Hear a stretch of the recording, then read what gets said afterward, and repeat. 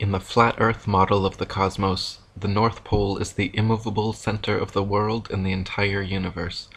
Polaris, the North Star, sits straight over the North Pole, at the highest point in the heavens, and like a slowly rotating planetarium dome, all the celestial bodies revolve around Polaris and over the Earth once per day. The Sun circles over and around the circumference of Earth every 24 hours, steadily traveling each day from the equator during the March vernal equinox up to the Tropic of Cancer at the June summer solstice, back down to the equator for the September autumnal equinox, and all the way down to the Tropic of Capricorn on the December winter solstice. In the flat Earth model, the South Pole does not exist at all, and Antarctica is instead a gigantic ice wall extending the circumference of Earth, holding in the oceans like a giant bowl or a world cup. As strange as this concept may sound at first, it is a fact that if you set a bearing due south from anywhere on Earth, inevitably at or before 78 degrees southern latitude, you will find yourself face to face with an enormous ice wall towering 100 to 200 feet in the air, extending to the east and west the entire circumference of the world. General Greely in Antarctica or the Hypothetical Southern Continent wrote, "The ice barrier, so frequently referred to in accounts of the Antarctic regions, is the forefront of the enormous glacier covering or ice cap, which, accumulating in vast undulating fields from the heavy snowfall, and ultimately attaining hundreds if not thousands of feet in thickness, creeps from the continent of Antarctica into the polar sea. The ice barrier, yet a part of the parent ice cap, presents itself to the navigator who has boldness enough to approach its fearful front, as a solid perpendicular wall of marble-like ice, ranging from 1,000 to 2,000 feet in thickness, of which from 100 to 200 feet rises above, and from 800 to 1,800 feet sinks below the level of the sea." Dr. Samuel Rowbotham wrote, "It has been demonstrated that the Earth is a plane, the surface center of which is immediately underneath the star called Polaris, and the extremities of which are bounded by a vast region of ice and water and irregular masses of land. The whole terminates in fog and darkness, where snow and driving hail, piercing sleet, and boisterous winds, howling storms, madly mounting waves, and clashing icebergs are almost constant. Antarctica is not the tiny ice continent found confined to the underside antipode of astronomers' globes. Quite the contrary, Antarctica literally surrounds us 360 degrees, encircles every continent, and acts as a barrier holding in the oceans. The most commonly asked questions, and the greatest mysteries yet to be solved are, how far does the Antarctic ice extend outwards? Is there a limit? What lies beyond, or is it just snow and ice forever? Thanks to UN treaties and constant military surveillance, the North Pole and Antarctica remain cloaked in government secrecy, both purported no-fly and no-sail zones, with several reports of civilian pilots and captains being shooed away and escorted back under threats of violence." Dr. Samuel Rowbotham wrote, "How far the ice extends, how it terminates, and what exists beyond it, are questions to which no present human experience can reply. All we at present know is that snow and hail, howling winds, and indescribable storms and hurricanes prevail, and that in every direction human ingress is barred by unsealed escarpments of perpetual ice, extending farther than the eye or telescope can penetrate, and becoming lost in gloom and darkness." Before reaching the Antarctic ice wall, navigating the increasingly tumultuous southern oceans, explorers encounter the longest, darkest, coldest nights and the most dangerous seas and storms anywhere on Earth. Vasco da Gama, an early 16th century Portuguese explorer of the South Seas, wrote how the waves rise like mountains in height, ships are heaved up to the clouds and apparently precipitated by circling whirlpools to the bed of the ocean. The winds are piercing cold, and so boisterous that the pilot's voice can seldom be heard, whilst a dismal and almost continual darkness adds greatly to the danger. In 1773, Captain Cook became the first modern explorer known to have breached the Antarctic Circle and reached the ice barrier. During 3 voyages lasting 3 years and 8 days, Captain Cook and his crew sailed a total of 60,000 miles along the Antarctic coastline, never once finding an inlet or path through or beyond the massive glacial wall. Captain Cook wrote, "The ice extended east and west far beyond the reach of our sight, while the southern half of the horizon was illuminated by rays of light, which were reflected from the ice to a considerable height. It was indeed my opinion that this ice extends quite to the pole, or perhaps joins some land to which it has been fixed since creation." On October 5, 1839, another explorer, James Clark Ross, began a series of Antarctic voyages lasting a total of 4 years and 5 months. Ross and his crew sailed 2 heavily armored warships thousands of miles, losing many men from hurricanes and icebergs, looking for an entry point beyond the southern glacial wall. Upon first confronting the massive barrier, Captain Ross wrote of the wall, "Extending from its eastern extreme point as far as the eye could discern to the eastward, it presented an extraordinary appearance, gradually increasing in height as we got nearer to it, and proving at length to be a perpendicular cliff of ice, between 150 feet and 200 feet above the level of the sea, perfectly flat and level at the top, and without any fissures or promontories on its even seaward face. We might with equal chance of success try to sail through the cliffs of Dover as penetrate such a mass." William Carpenter wrote, "Yes, but we can circumnavigate the south easily enough, is often said by those who don't know. The British ship Challenger recently completed the circuit of the southern region, indirectly to be sure, but she was 3 years about it, and traversed nearly 69,000 miles, a stretch long enough to have taken her 6 times round on the globular hypothesis." Dr. Samuel Rowbotham wrote, "If we now consider the fact that when we travel by land or sea, and from any part of the known world in a direction towards the North Polar Star, we shall arrive at one and the same point, we are forced to the conclusion that what has hitherto been called the North Polar region is really the center of the earth. That from this northern center the land diverges and stretches out, of necessity, towards a circumference, which must now be called the southern region, which is a vast circle, and not a pole or center.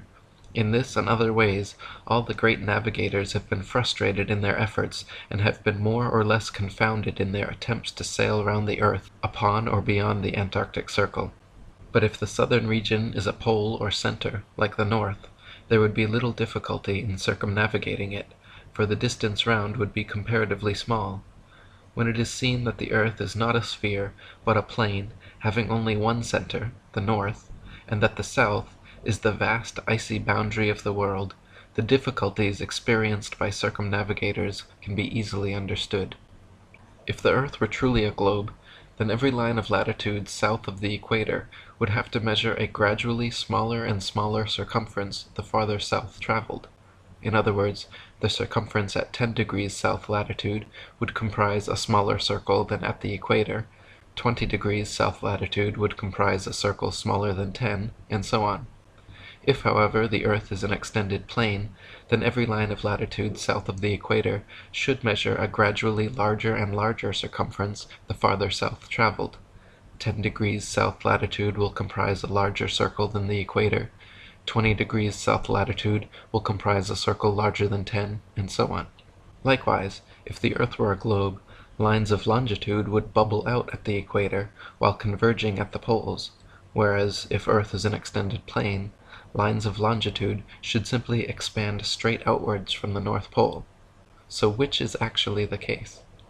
David Wardlaw Scott wrote, "Upon the principle as taught by Scripture and common observation that the world is not a planet but consists of vast masses of land stretched out upon level seas, the north being the center of the system, it is evident that the degrees of longitude will gradually increase in width the whole way from the north center to the icy boundary of the great southern circumference, in consequence of the difference between the actual extent of longitudes and that allowed for them by the nautical authorities, which difference, at the latitude of the Cape of Good Hope, has been estimated to amount to a great number of miles. Many shipmasters have lost their reckoning, and many vessels have been wrecked.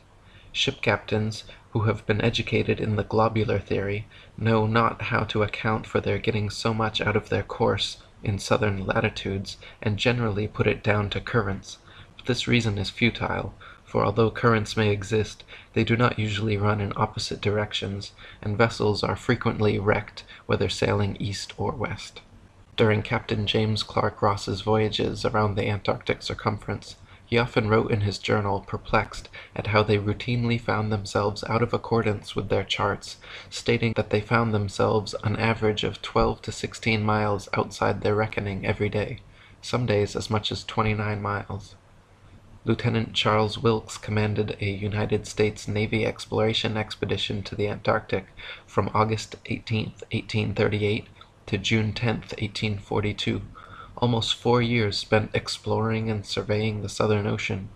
In his journals, Lieutenant Wilkes also mentioned being consistently east of his reckoning, sometimes over 20 miles in less than 18 hours. Dr. Samuel Robotham wrote, "The commanders of these various expeditions were, of course, with their education and belief in the earth's rotundity, unable to conceive of any other cause for the differences between log and chronometer results than the existence of currents. But one simple fact is entirely fatal to such an explanation, that when the route taken is east or west, the same results are experienced. The water of the southern region cannot be running in two opposite directions at the same time, and hence, although various local and variable currents have been noticed, they cannot be shown to be the cause of the discrepancies so generally observed in high southern latitudes between time and log results. The conclusion is one of necessity, forced upon us by the sum of the evidence collected that the degrees of longitude in any given southern latitude are larger than the degrees in any latitude nearer to the northern center, thus proving the already more than sufficiently demonstrated fact that the earth is a plane, having a northern center, in relation to which degrees of latitude are concentric, and from which degrees of longitude are diverging lines, continually increasing in their distance from each other as they are prolonged towards the great glacial southern circumference." Rev. Thomas Milner wrote, "In the southern hemisphere, navigators to India have often fancied themselves east of the Cape when still west, and have been driven ashore on the African coast, which, according to their reckoning, lay behind them.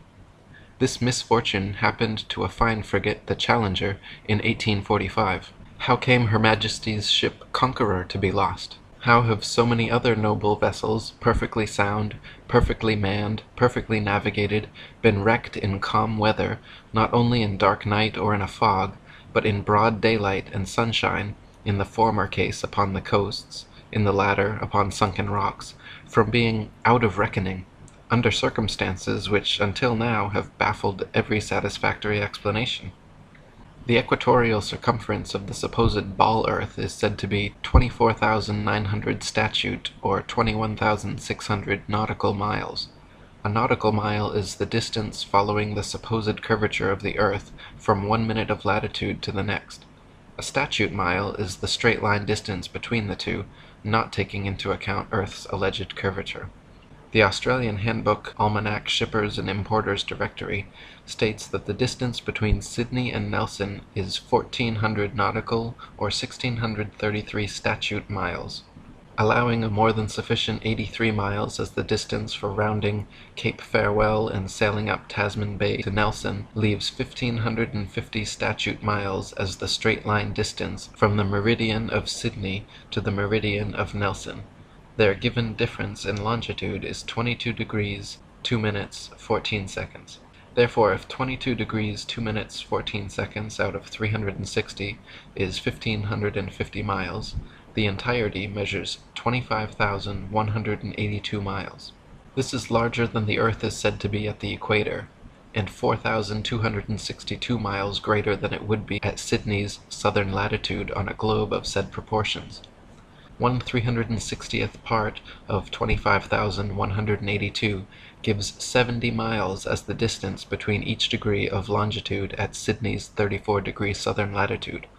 On a globe 25,000 miles in equatorial circumference, however, degrees of longitude at 34° latitude would be only 58 miles, a full 12 miles per degree less than reality. This perfectly explains why Ross and other navigators in the Deep South experienced 12-plus-mile daily discrepancies between their reckoning and reality. The farther south traveled, the farther the divide.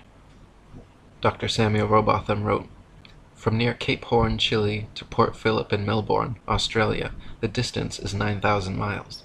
These two places are 143 degrees of longitude from each other. Therefore the whole extent of the earth's circumference is a mere arithmetical question.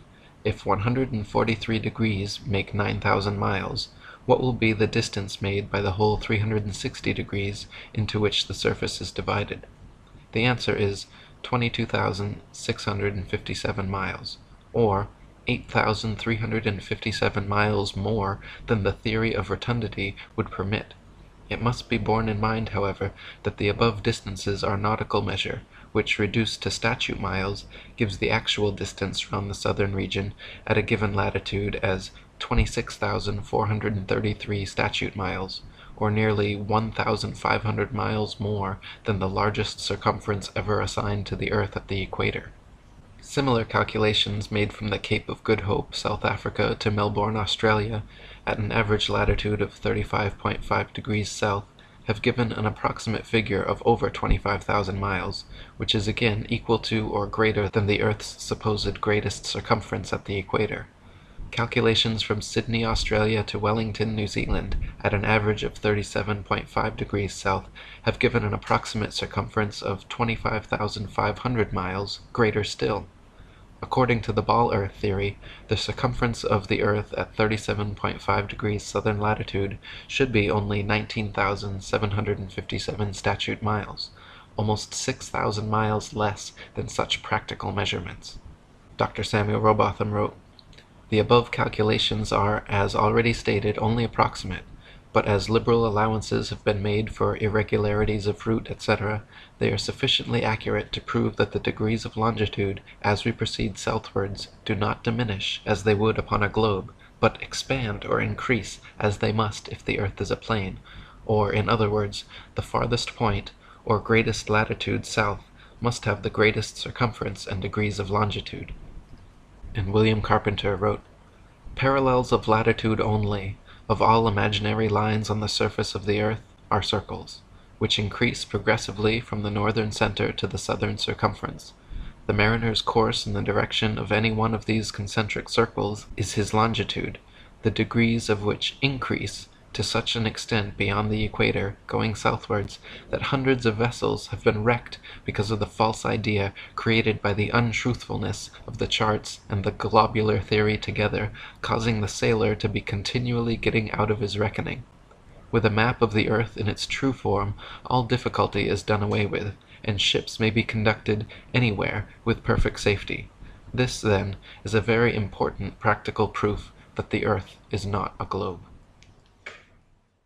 I phoned up Antarctica. There's like a tourist umbrella you have to go through, and I sort of said, "Oh, I've got loads of money. I've got boats in Hawaii and India," which I don't. And me and some friends were going to hack down to Antarctica and walk across it. And I got loads of emails off these people saying, "No, you don't. No, you don't. Fill out your permits. You've got Orange membership.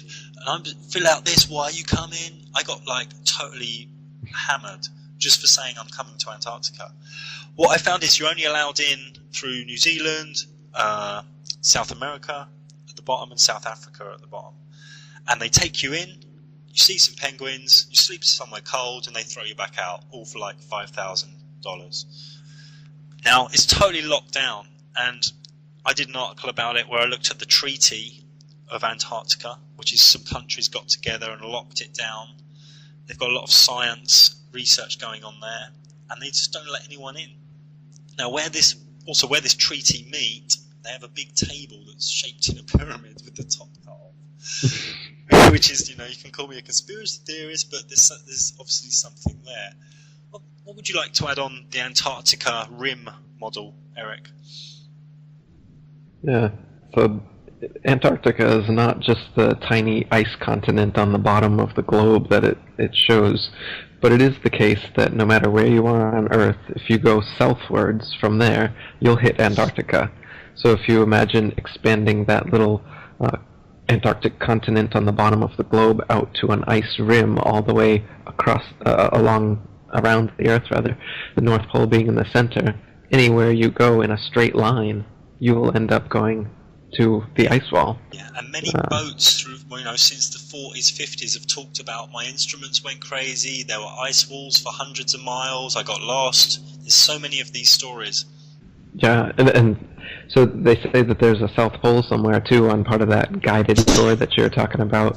They've got an arbitrary point along the Antarctic ice that they've put a red and white barbershop pole with a ball earth on top of it and claim that that's the South Pole. But they even admit that it's not the real South Pole because the real geomagnetic South Pole is constantly moving. So since it's constantly moving, you're never really going to be able to see it. But the reality is they can't have people going down there with a compass and checking to see if it really is the South Pole. Last year, Prince Harry was down there, and he basically just made some filming. He was with Rupert and Tarquin and a few of his friends, and the story was, it was on all the mainstream news, Prince Harry in Antarctica. Oh, we had to go back, it was just too cold, my foot got blisters and frostbite. What the message to the subconscious is, it doesn't matter how rich you are, don't go there, it's too cold. They know that Prince Harry and a team of injured servicemen and women have been walking to the South Pole. Well, they've got there, they've completed the 200-mile Walking with the Wounded South Pole Challenge, that's its proper name. They've spent more than 3 weeks trekking through Antarctica, and this was what it sounded like at the moment when they arrived at the bottom of the world. Let's go!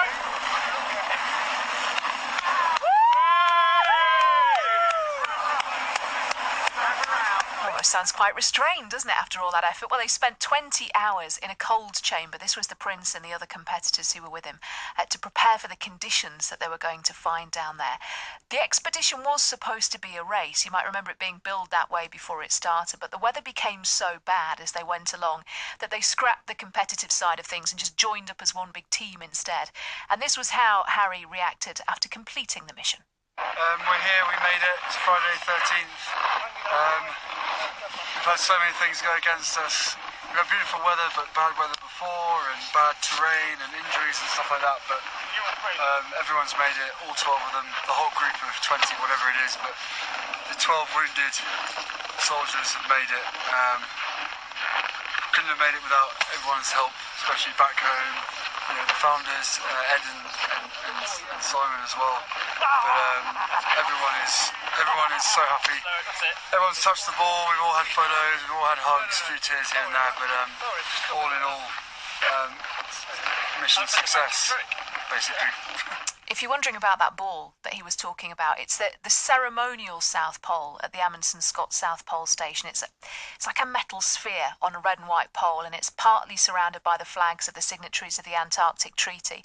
So it's lovely for a photo, but the problem with it is it's not the real South Pole. It's about 300 metres away. So at the real South Pole, what is that? Well, there's nothing. That's the thing. You can't see. To do it properly, to cover all your bases, you have to do both. You have to do the picture with the ball, and then you have to go and kind of hang around at the exact why don't they move longitude the and ball to where latitude. the actual thing is? Well, that's a very sensible question. Something for you It's to not work one on. I can answer, Okay. but it's a very good